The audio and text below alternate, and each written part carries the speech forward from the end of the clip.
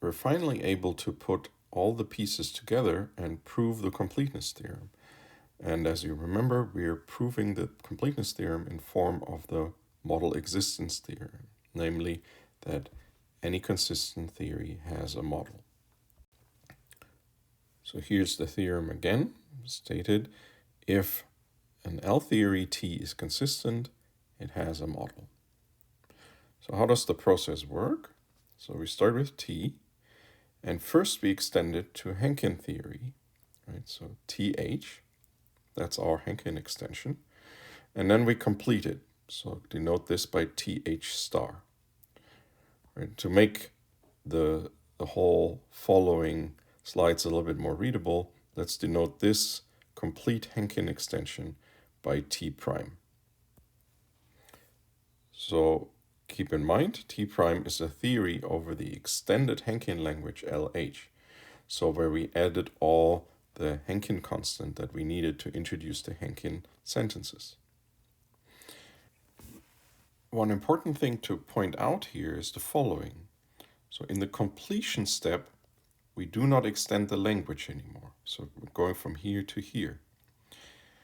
And since we've already added Hankin sentences for all LH formulas, that is more precisely all LH formula of the form exists x psi, right? We have already added all of those. That means, and we do not extend the language anymore, that means this completion here will also be a Hankin theory. So, in other words, T prime is a complete Hankin theory. And remember that being complete means, in particular, that T prime is consistent. So now we have a consistent, complete Hankin theory that extends T. Now we return to our term models and try to prove the theorem that when we started out with term models and term structures, we were not able to fully push through the whole induction. So again, the claim is for the term structure, so the canonical term structure A prime of our Hankin theory T prime, here, we have that for all LH sentences sigma, A prime satisfies sigma if and only if T prime proves sigma. And of course, proof here is to be thought within the LH language.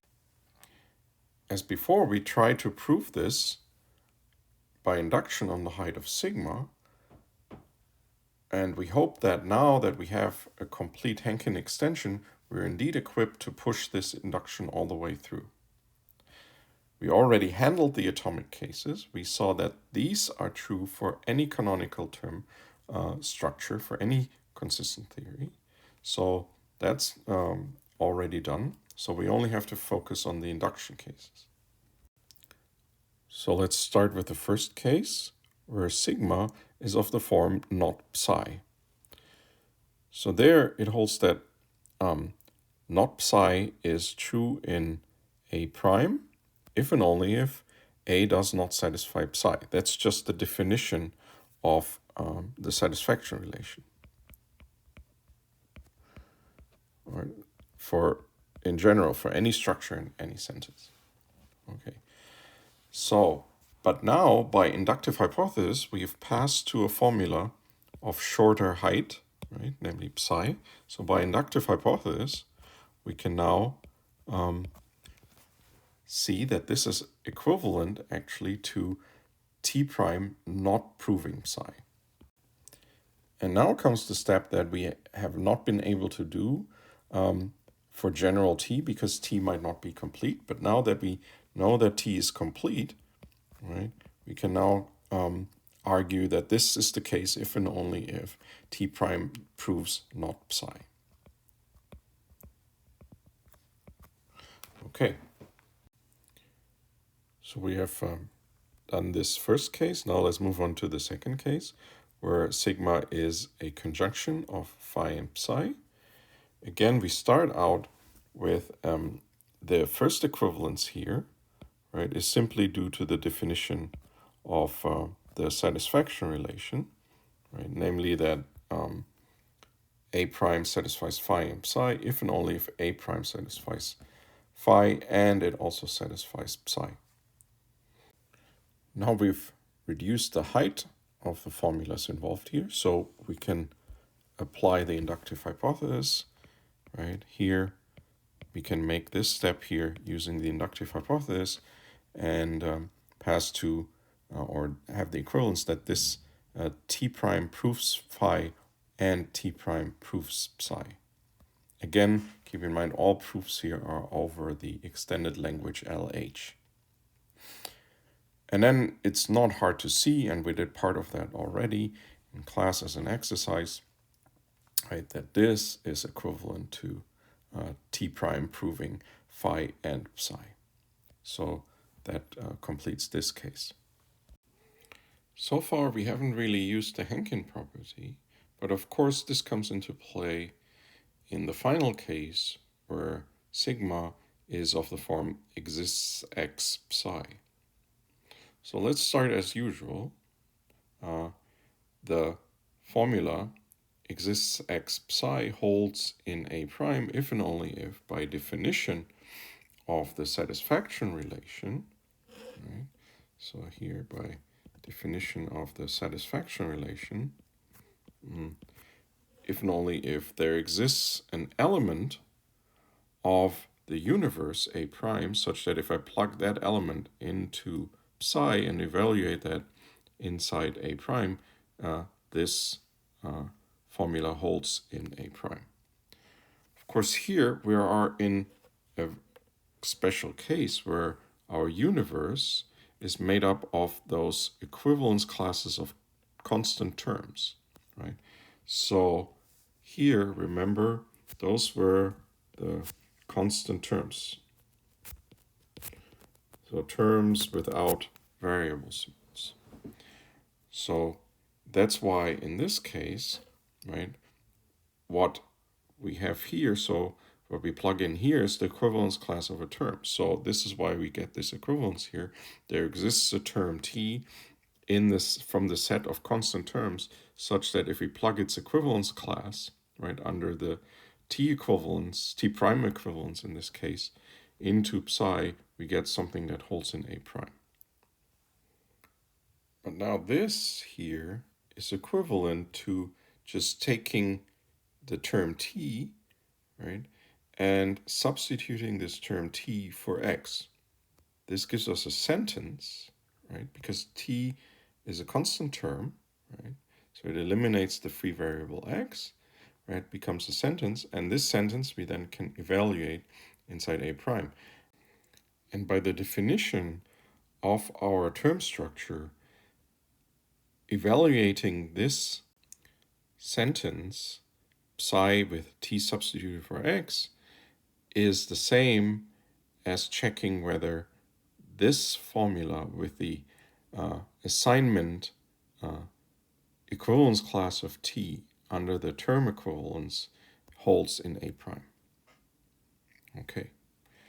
Now, again, we are in a situation where the height is reduced. So now we can use the inductive hypothesis, right, to obtain the equivalence that this holds if and only if there exists a constant term such that t prime proves this sentence, right, where t is substituted for x. Okay. And now the final equivalence we're going to apply, right, is the following here. And this one now really uses that we have a Henkin theory. So that t prime is a Henkin theory. One direction holds generally for theories, right, because we have the axiom that if we have this, we can, this implies this. So from here to here, we can do this generally in theories, but in order to get from here, right, to here, we need that t prime is a Henkin theory. Okay, so, and if we look at this, we have obtained our desired equivalence. And with this case, we now conclude the proof. And we have in particularly shown that our canonical term structure is indeed a model of T prime. We're not quite done yet because we need not a model of T prime, but we need a model of T. But to get that, we simply take the reduct, right? So we restrict the canonical term structure A prime simply to all the symbols that were in the original language of L, right? And that will give us a model of T. Keep in mind here that T is a subset of T prime, so since A prime satisfies all formulas of T prime, this reduct, right, which is a structure of the original language L of T, right, will satisfy every sentence in T. And this concludes the proof. We have therefore shown that T has a model. Since we kept track in the countable case of the cardinality of our constructions, so when we, for example, constructed a maximal consistent extension, or we constructed a Hankin extension, we get as a byproduct of this proof of the completeness theorem something that's called Löwenheim's theorem. In particular, note that if our original language L is countable, then so is the extension language LH. Moreover, note that there are only countably many LH terms. Right? And then in particular, this means the canonical term model for TH is countable, right? Because it's made up of equivalence classes of the constant terms, right, of which there are only countably many. So that means the canonical term model is countable, and it follows that if T is a consistent theory in a countable language, then T has a countable model. We finish with one of the most important applications of the completeness theorem, which is known as the compactness theorem. The way we state it here is as follows. If every finite subtheory T0 of T has a model, then T has a model. And the proof is now pretty straightforward and short using the completeness theorem. Namely, right, if every finite T0 in T has a model, that means in particular every finite T0 inside T is consistent. But we know that a theory is consistent if and only if every finite subtheory is consistent, right? Because if inconsistency shows up, it must already show up in a finite subtheory. So that means from this we can conclude that T is consistent. And that now implies that by the model existence theorem, that T has a model. So now apply the model existence theorem or the completeness theorem equivalently.